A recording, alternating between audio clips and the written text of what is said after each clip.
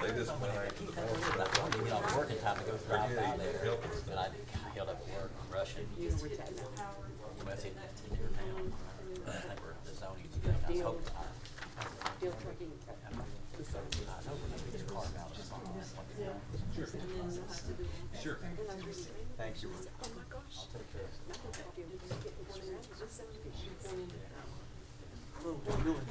Good.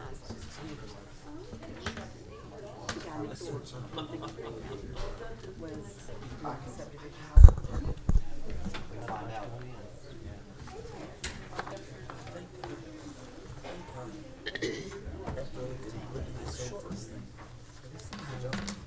You asked me that last month.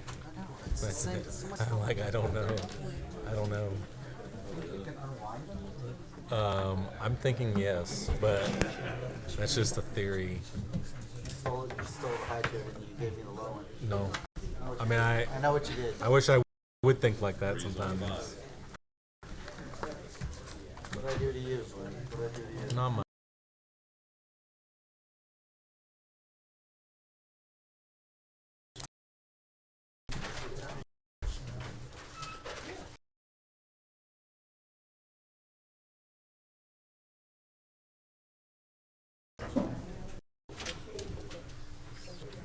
You're already complex.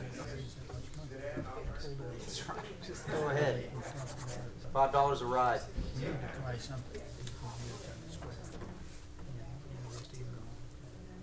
to look at this as a model. You know, I think I should just get a phone book. I think that's where I'm at with this. Huh? A phone book? Sit on the phone book. This is ridiculous. I'll just look short. It's fine. They'll just assume that Pat wasn't here. Is Pat The Bueller? shine heads over Bueller? the thing. They'll see the glare. It's fine.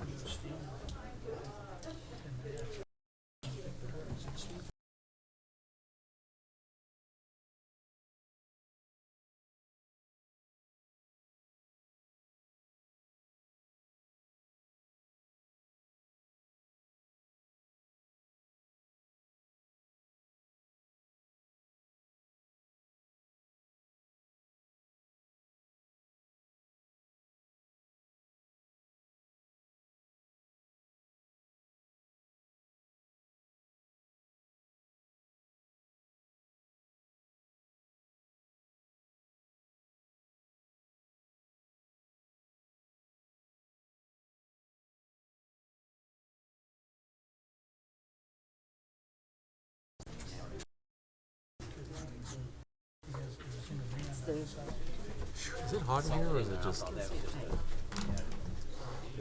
Are you guys hot? Are you hot?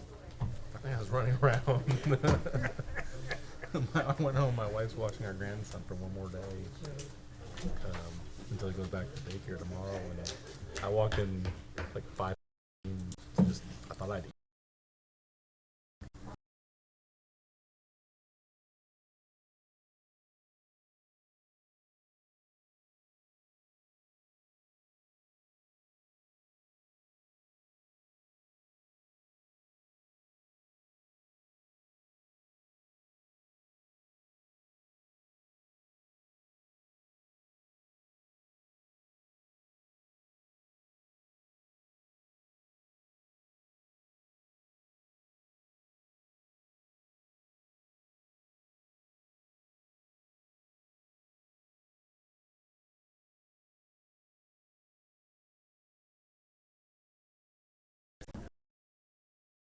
a mortgage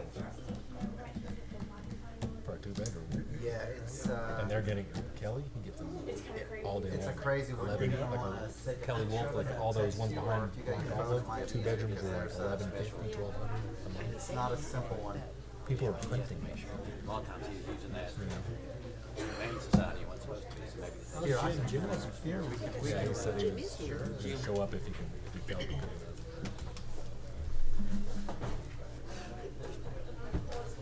Oh, Jim. Hey, Jim. Good.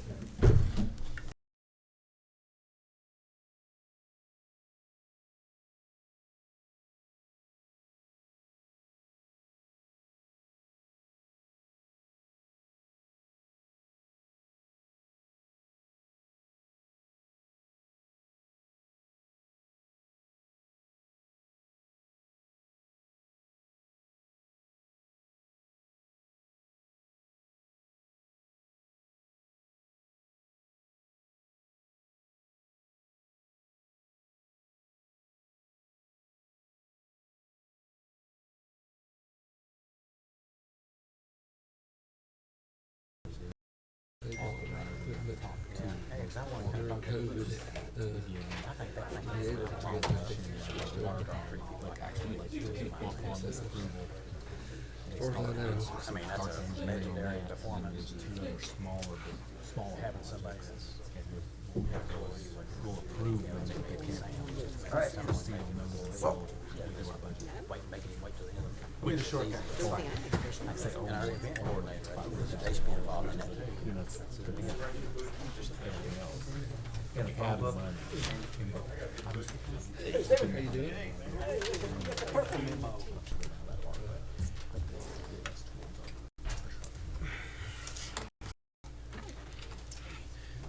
Good to see everyone out. We got about about 4 more minutes here. We'll get started. What did they say in answer to that? They got, I got a lot of them.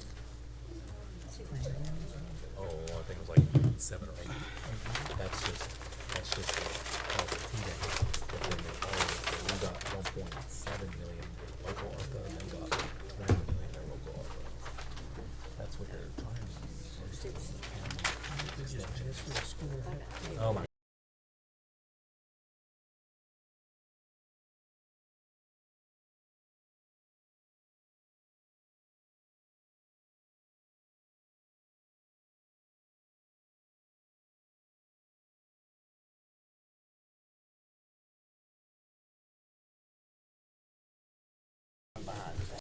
Me too.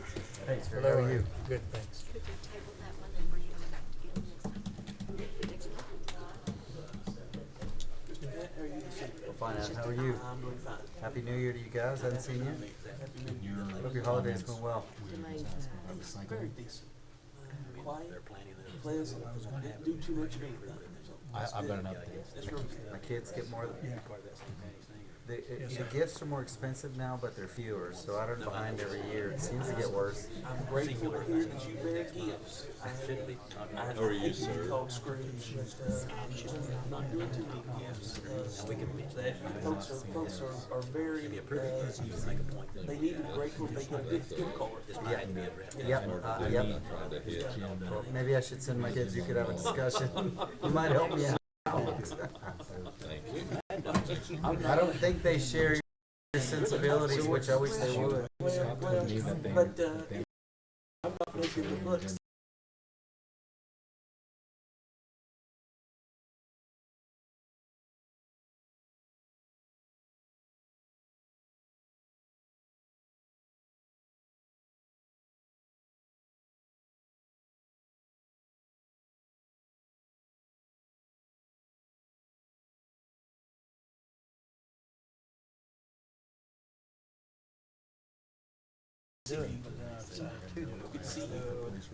Big controversial.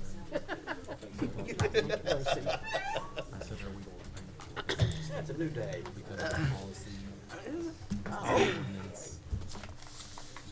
gotta move on. Well, it's going to be me and administrator with a complaint or noticing it. And me go ahead because it knows there is a report to the board, and I can say, how much time. She asked me if I had COVID. Got it the day after Christmas. When the weather gets nice for, I didn't leave the house for 8 days. Still having to get steroid inhalers. Where do we go with? My time or that time? So it's rural run. World problem. I don't know. Jessica, she testified, but she was cleaning house Yeah. and was on the couch down. But my wife would say that's the same as a cold.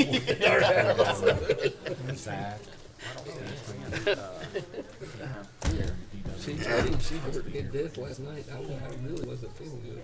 He gets a lot of good business. I was telling Virginia. Yeah, he used to be one out there.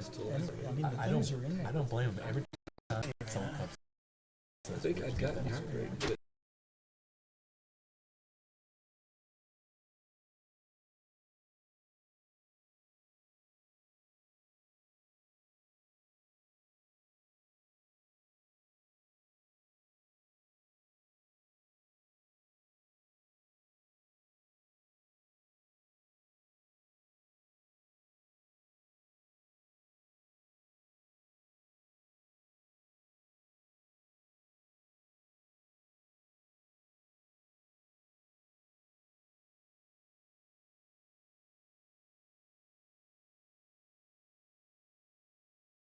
To handle it.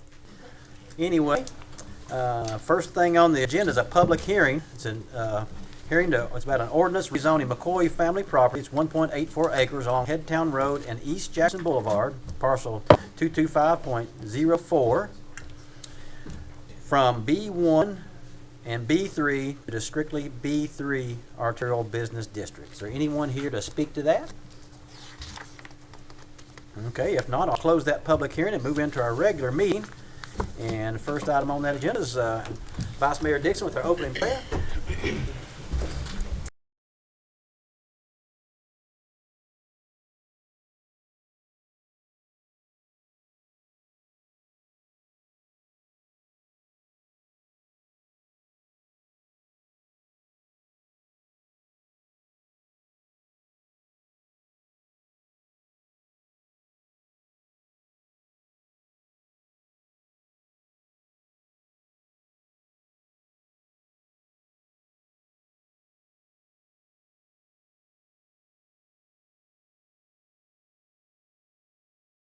We look around the world and we see where folks are dealing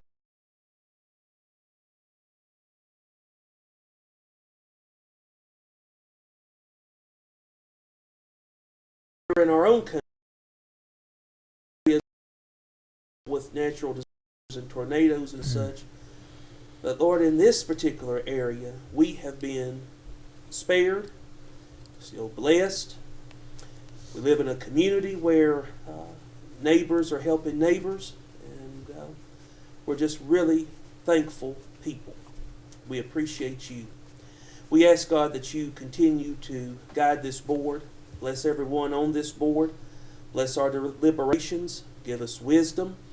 God, we ask that you continue to watch over the staff that works here in this town, that provides service. Grateful for them and the work that they do, their heart, their mind, their willingness to want to do a quality job. We're grateful for them. Ask, God, that you continue to watch over our neighbors and our friends. God, ask that everything be done to your glory, and we ask it all, Lord, in your name, Jesus, we pray. Amen. Thank you, Adam. Ruth, who do you have tonight? All right. All right. Place the flag. I pledge Allegiance to the flag of the United States of America, republic for which it stands, one nation, under God, indivisible, with liberty and justice for all. Thank you. Thank you, Virginia.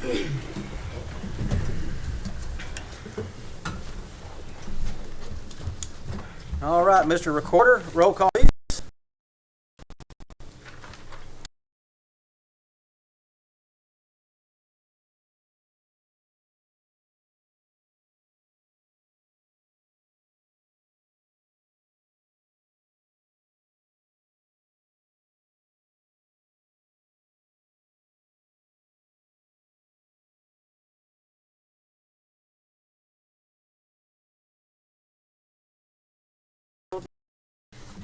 If the staff could just pull all of that together on like the Tennessee Hills and what they've got presented, pull it all together and present it one time instead of having two Yeah. in the future. Kind of simplifies things, so we do a lot of events here, and I know that's something we talked about at our last meeting, is make sure we kind of tidy those things up in advance, but appreciate that, Virginia. Alderman, anything else you want to speak to, or if not, I'll take a motion. So moved.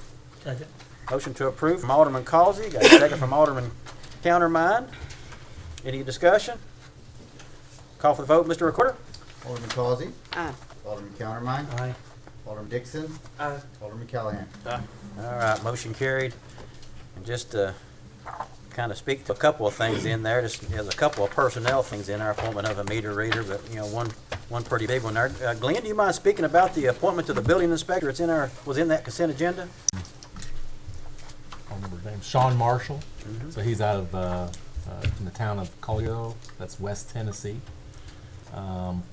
Possibly, maybe not the only one, but in searching for a building inspector. It's been quite some time since Jay Green was the full-time building inspector that we actually had someone with all the certifications, which is 6 certifications, and he has all those. So we're really fortunate.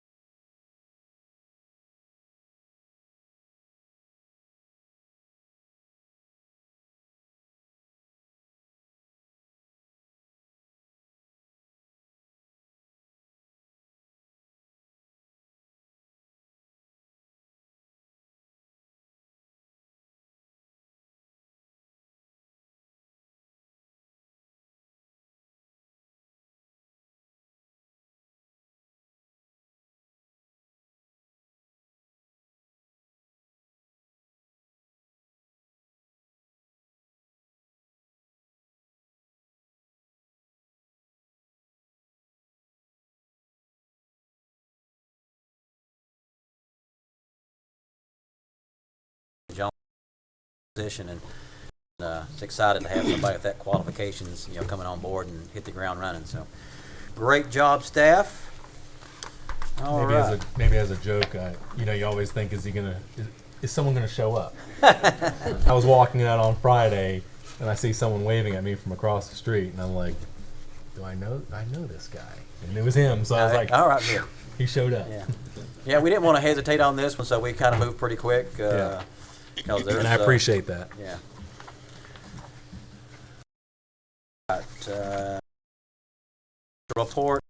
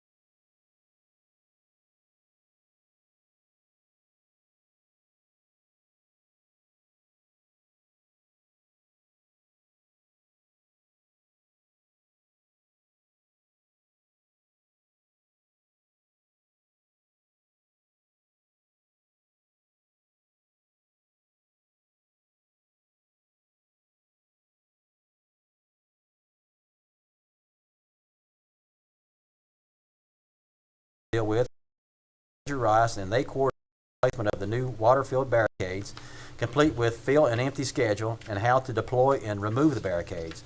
Their plan worked flawlessly.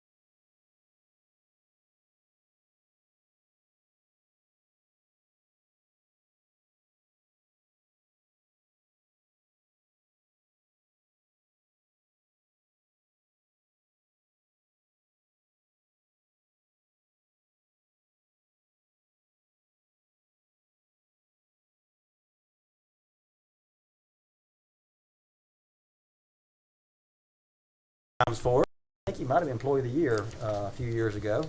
I think before Cameo was Employee of the Year. So appreciate Glenn there, and we'll get his plaque to him. Next item is got a presentation from Bright Ridge. We appreciate our partners up there to come down here and show us some of the new and exciting things that they've got on the agenda, and really it's all the things they do to help our community. So Jeff? Appreciate y'all letting us come down and take the time. If it's all right, if I could Sure. have this handout is of the presentation that our folks will be, our chief broadband officer will be doing, and hey, what I'm gonna let you pull some down that way, that way it'd be quicker. And Thank you. Again, with the broadband rollout and some of the other things that are going on, it's just an exciting time for us to have the opportunity to really kind of update you all on what has the impact of broadband so far been on the town of Jonesboro. Yeah. I know, we take great pride in the fact that our initial thing with broadband was here in Jonesboro. Yeah. We talked about the oldest town in Tennessee now with the fastest speeds in the United States, and that's an exciting thing for us. And so we're going to give you, I would say brief, but if any of y'all know me, once I get to talking, it's all over. That's why Stacy's going to do the broadband side, and then I'm going to kind of update you a little bit on an opportunity, some things that we've been doing with Johnson City on some smart street poles, and some things that you all may be interested in now and in the future of doing some things also with the smart pole items. So I will turn it over to Stacy, and he can hit the broadband, and then I'll come back. Yeah, thank you. Good evening. So I'll give you a little update on where we're at on our deployment. So before we did this, we did some investigation from 2016 to 19, and we did surveys of businesses, schools, residents, and overwhelmingly we heard we need other options. We need competition, other products. And so that's one of the reasons we moved into this. We also saw the opportunity for economic development, for putting a next generation product in, and then really improving the quality of life. And that has really panned out with this pandemic, that people could really utilize this to work from home, educate from home. And then also it really forces incumbents to be competitive. If you don't take our service, we still have raised the bar that really forces them to be a better provider for you. And so when we did look at this, again, the first thing we looked at was to have an alternate service, and the surveys proved that people wanted that. We also looked in this interesting chart, the blue line there, and I'm just going to describe it. It shows the growth from 2004 to 2021, about 12,000 electric customers that we grew in our system. But look, that red line is the power usage. It didn't grow with it. As you know, people are using LED lights, using higher rated SEER heat pumps that use less power. And that's all great. We're using less electricity. But for a company, we've still got to pay those linemen and people out there. So being able to go into the broadband business brought another revenue stream in to help offset and really to pull that pressure off of raising electric rates. So just last year alone, we leased 230 miles of fiber from the electric side. We paid pole attachments. We paid back loans with interest. We paid back part of the share of employee salaries like Jeff's and other people that were shared over the various departments. Building space rent. electricity, and all that together just last year in a very early startup mode was a $2.5 million benefit to electric. So at the end of the day, if you're an electric customer in Broadridge, you won because we went broadband business. So that's one of the reasons why, and we do offer all the services, data being the internet. If you're a business, you want to connect multiple sites together, whether that be in this community or if it be across the world, we can connect you anywhere you want to go. Video service, your choice of over-the-top video streaming or our video, telephone, anything from business to home, all those products are available. But when we did this, we looked and said, we really don't want to just be another internet provider. We wanted to provide something you just can't get anywhere to really make this place, this community show different. And we invested in next generation broadband products that give us 10 gig services. We launched in 2019. There was only 6 communities, including us, 6 communities in the United States that could even say that. And we were the first to launch out of the gate with the new startup, and we were the first to make available to any fiber customer on our network. So definitely a lot of accomplishments with that. And there's no such thing as future-proof in technology, but with the fiber investments, it's as future-proof as you can make today. So I'll give you that. So I'm going to give you a comparison here. If you buy internet from anybody else today in this area, you have what's called an asymmetric service. What that means is the speed coming down is different than what goes up. They're not the same. So compare this to a highway of 10 lanes coming south and 1 lane going north, and you see those cars queue up pretty quickly. Not a very efficient design. Now, they don't tell you that, and it's by physics that they're limited with a copper network. So, and you will find now with the pandemic that as people work from home, they ran into those bottlenecks. They saw what that did to them. They couldn't do everything they need to from home. Well, our design is asymmetric, meaning if there's 10 lanes down, there's 10 lanes up. So we have moved that barrier, and I'll show you in a minute what that means for Jonesboro. But this is a huge leap forward, and we say it's really a next generation internet product. So it's totally different than what's out there today. So you can talk to any of the industry experts. This has to be from Cisco, and they'll tell you that the number of devices in your home that's connected to the network and the internet are growing every year. So they're saying 2018 average was 8.2 devices per home. Next year is 13.4. You say, what's a device? Well, that's your smartphone, that's your smartwatch, that's your thermostat, that's your TV, smart TV, that's all these devices, your Android device, tablets, PCs, your everything you can think of, right? All these Alexa devices. So those are growing, growing, growing. And with that, the speed tripled since 2000 into it.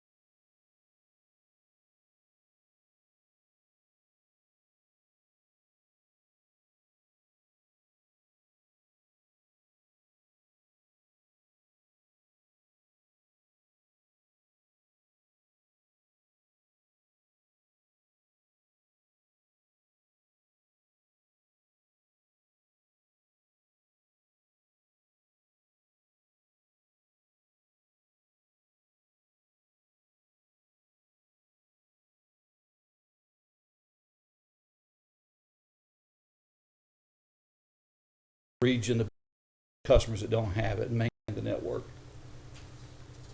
So this is just an example of what we did in the Bowmantown area in Pleasant Valley.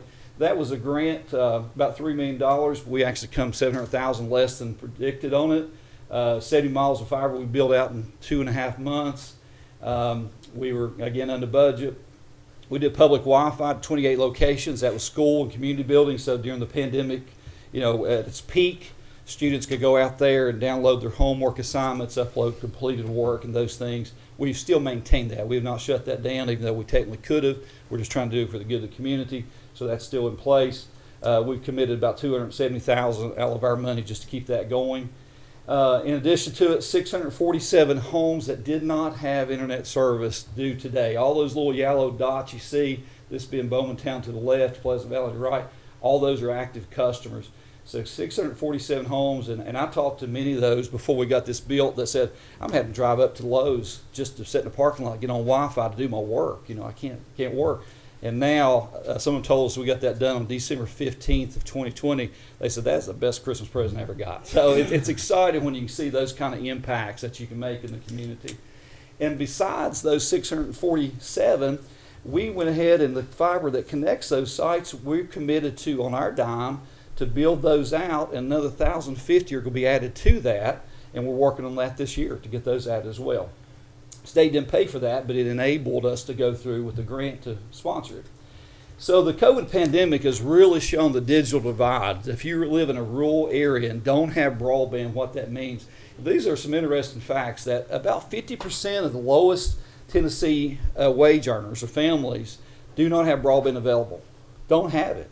And then you compare that with students across the country, 60% of them say they've got to have internet to do homework every night at home to keep up with what they're doing. And so you see the disadvantage there. And then a national study says 17% of students are unable to complete homework because of lack of. That's a nationwide study. Tennessee might be worse in some areas than that. But look at this one, digital literacy. Only 47% of students in a home without the internet actually go on to a secondary school education, where 60% of those with just slow internet goes on, and then 65%. So there's a relationship to what they're made to go. And so we see things. 82 skilled jobs require skill sets today. An increase 20. I bet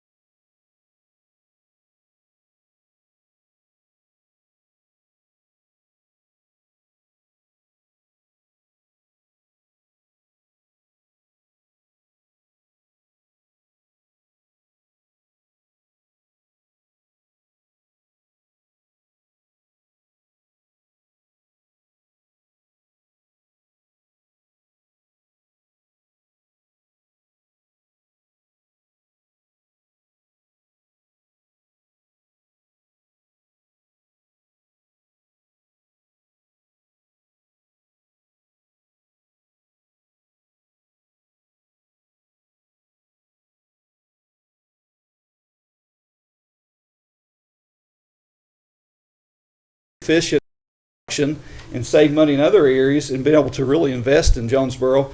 And that red you see there is what we provide today with fiber services. We don't want that to be the end of it. As we can put more money in, we want to do that.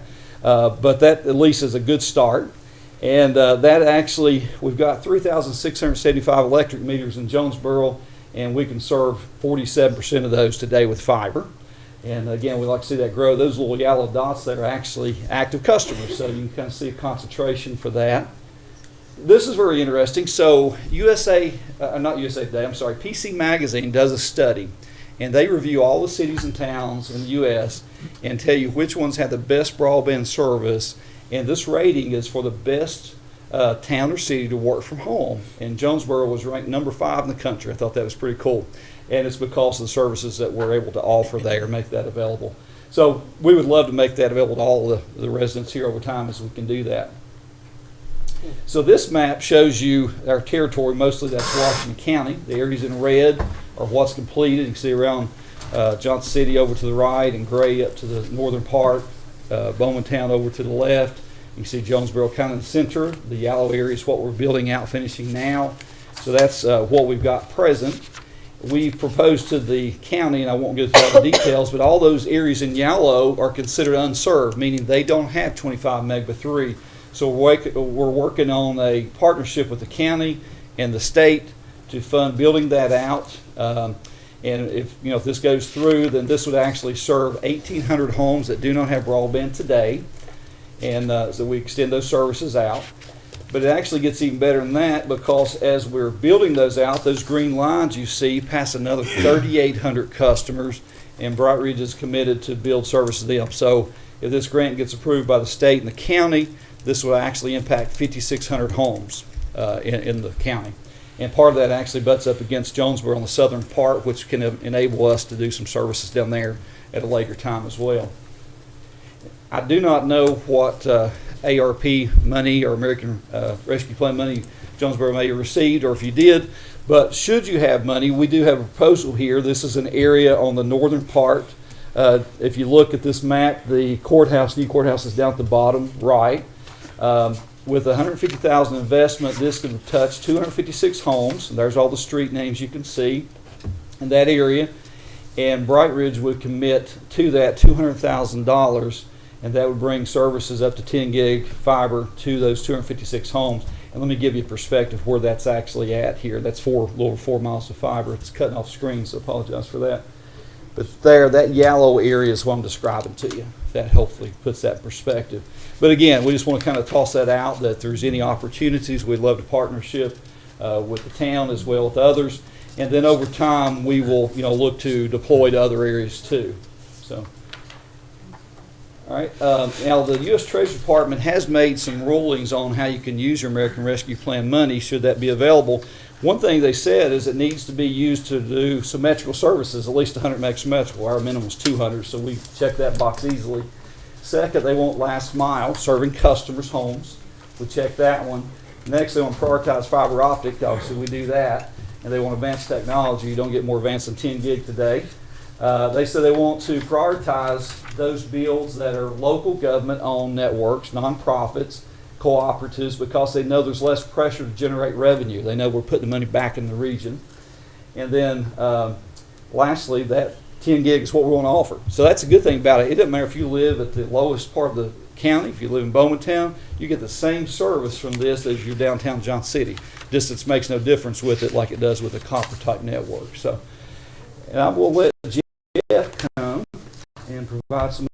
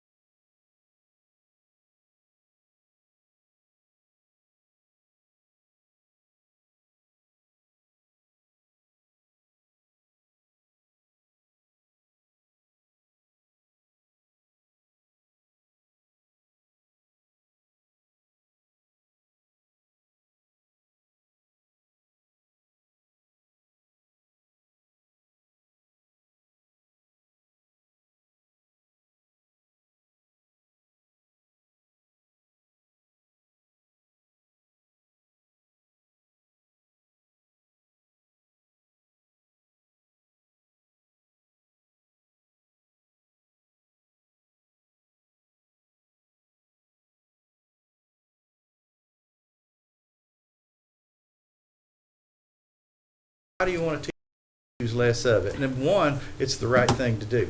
We should teach our customers to be more efficient and use things wisely. But the ability you can actually take with a smart street, and you can have these lights, say, from 7 to 11 at night at the brightness stage, and then have them dim themselves down to where you still have some lighting, but not the brighter lighting. You can actually set them to where if someone turns up a street and starts walking up a street or the sidewalk, that it will brighten up as they're going, so for a safety feature, and then dim back down later. It's amazing what you can do today. But these are some things that we wanted to get in front of you, and if y'all are interested, we can have our folks work with this company to really put together, what the cost will be. I can tell you one thing, you know, street poles and light poles go on your investment charge. So I can tell you up front that if you choose to replace just the poles themselves, that can be placed on your investment charge, which is a long term, and it reduces your cost up front to do some of this stuff. But you look at this, you know, pedestrian detection, and you'll see a slide here in a minute that kind of shows you what the arm that looks like. But we put this in for Johnson City because they, like you, have festival events. They have areas that people walk through. And the pedestrian counter will tell them how many people walk through at a period of time, over a long period of time, and really get it down so that you'll have a better count of how many people were there, the times that they were there, how often they were back and forth. So it's really a great thing for a city and a town to really monitor and know what's going on in their festivals or just in their day-to-day community. And it's great we're putting these in some areas in downtown Johnson City where a lot of the businesses are, because businesses would like to know during the course of the day how many people walked that street and passed in front and looked in my window at my business. So these are some other things that these things do. So this, again, along with our broadband, is some of the other things that we are really working on to bring to our community to really, we want us to be the spot. You know, Chattanooga launched and they call themselves the gig city. We want one better. We're the 10 gig city, and if you want 100 gig, we can give it to you, right? These guys have designed it. We can give you 100 gig right now if you want it. So the other things here, and like I said, I know the football game will be on in a minute. I will speak right on through here. I won't ask much about Houston, Georgia. But stuff, things like video monitoring, which is everything from traffic monitoring, and you can really get down to a lot of things. Facial recognition, license plate detection, the pedestrian counter, loitering detection, if someone's staying in one place too long. If I'm down there standing in front of Chuck's store too long, they can come tell me you need to go buy something or move along or something. But you know, just so many things that these do. Parking lot management, you know, the opportunity to how many lots are available in a parking lot. And you can actually put the signs up. If you've seen a lot of these buildings, it says this many lots available, and it tracks them as they go in and out, so that they'll know. You can actually put EV charging stations on these. I know one of the exciting things, EV charging. Jonesboro is one of the first places we put some electric vehicle charging stations. Has everything. This one, Greg, you will never need gunshot detection. It actually knows the difference between a firecracker and a gun going off. And I bring that up because in a lot of cities, this is a big thing right now. And what happens is with gunshot detection, this goes directly to your police department, and they can immediately dispatch someone to that area because it tells them exactly where it was at. And in a lot of cities, that's crucial anymore to have folks be able to respond quickly. The 360 music, these things are amazing with the Wi-Fi, and you know if you've ever been in a place where they play music down through there, these things are designed for when you're walking through. If this pole is playing a Christmas carol, and it's designed to set up that when your ears transfer to the next one, you don't miss a tune. There's no gap in that sound. It's just like you're still listening to the same speaker. If you've ever been to Disney World, this is the guy that designed it for them, and we were able to meet him and talk to him. There are also, you know, LED spotlights, receptacles. These poles can have receptacles where, you know, you can plug in your Christmas lights to do that. They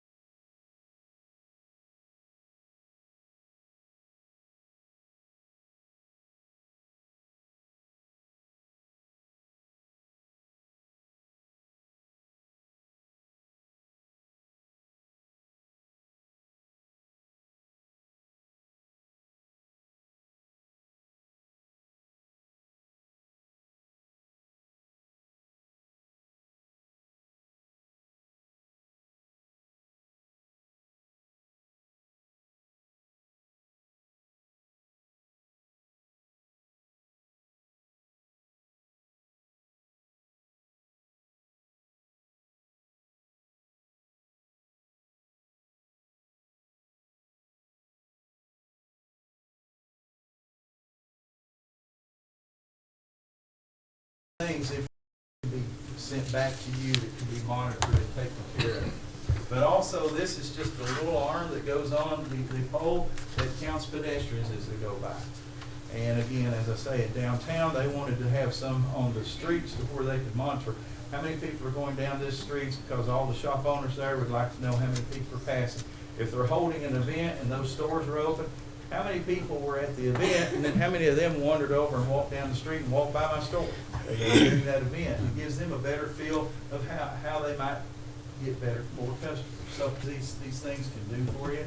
But again, one of the things, just wanted to bring that information to you. Again, if it's something that y'all would be interested in, we can certainly get our engineers working with you and working with your folks to really look and say, okay, what might Jonesboro be interested in and what would work good for you. So wanted to pass that along. Again, thank y'all so much for your time. I could stand here and talk forever, but Alabama may have already scored.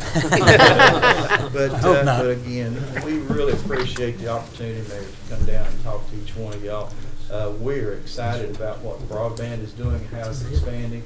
We are also excited about the smart city concept. Some of the things that, in addition to these, that we are working on at Bright Ridge is the smart home side of it. The opportunity for be able to offer in someone's home the ability, you see the monitoring, cameras. When Stacy was talking about 13 or 14 things in your home, I love playing with gadgets now that they're teaching me so much about it. Cameras, the security that you can have when you're away from your home by having cameras all around your home. And so we're working on being able to roll something like that out to our customers. The opportunity to electric vehicles, coming out with a program that will put charging stations in your home, in your garage, so that as everyone, if the auto industry is transitioning to electric vehicles, we want to be ahead of the game and be ready for it when it gets there. So we're working on a lot of those programs along with some other stuff. I guess the joke around the office is, and with my board, is if you can get in my basement, you'll see where I'd like to see Bright Ridge in the next 10 to 15 years. This is where I'd like to see them be. And they think it's a joke, but I have a board, and this industry is changing. The electric industry is getting energy advisor. We want to provide something way more than just electricity. Broadband is a part of that. The electric vehicles are a part of that. And so many more things that we want to, and the reason we do it, first for our customers, the other is how can we impact this community from an economic development standpoint to bring more people here and to help us be the premium place that people want to come. So we're excited. I mean, we are excited about what the future holds, and excited about the opportunity to continue to work with Jonesboro and move forward. And I can feel Stacy tugging me that you need to be quiet and let's go. My board will tell very you, exciting. Thank you so much. And I get pumped up about it. I can tell you a ton of exciting things that are coming. Can you take a couple of questions? Yeah, oh, definitely. Yeah, on the smart pole, the poles that you saw, is this equipment retrofit existing poles, or is this all new construction? You'd have to put the new poles in, and part of that is we found that a lot of we can look at some of the existing poles and see what might work, but we found with the technology, with the stuff that needs to go inside of that pole to provide the different things from the music and all that, this guy has designed the poles, and we actually purchased those poles from him, that it really requires the new poles. That's like with the city of John City, when we're doing it. Those poles we're putting on the investment charge because that allows them to go ahead and do some things without having a large capital upfront cost. But again, our guys could work years and look at the existing poles, but I know in downtown with the John City side, it was really the need for the new pole. And a lot of it's just because of the technology that needs to go inside of the pole. Okay, very good. Then on the, we were talking about that broadband grant opportunities in the areas that you're looking to see if Jonesboro could partner with Jonesboro. We've got a pretty big project, the school project going out North Cherokee, and looks like you're right beside it, but it's not in the area at this point. Is that something you're looking at to do? The school, I think it's just a few spans that we could extend that to. Right. Yeah, I think we got a 96-unit complex going in over there across from the school here soon. So, okay. Alderman, you got any questions? I do have a question. I'm curious to know the stats that you gave about students and their homework and needing those services. Is there a way that we could identify, say locally, let's just say Washington County schools, you know, say students Title I, low-income students, would we be able to figure out like how much it would cost monthly to provide them service? Could we do that? If we, Yeah, and I think we have some information that Lottie Rhines and some others have worked on for Washington County that we have been using. It probably wasn't a slide up here on it, but we've got some information on that. And a matter of fact, the presentation that we'll be doing with the county commission that we did with one of their committees has those slides in it that shows these specific areas based on either low income or poverty levels. And that's some of the ones that we're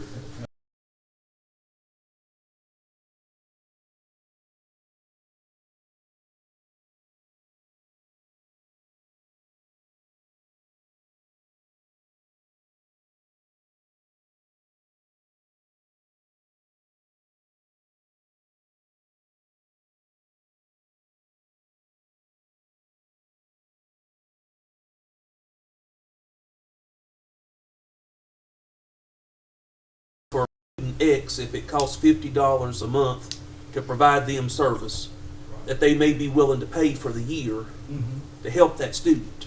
Yeah. So I mean, if we knew what the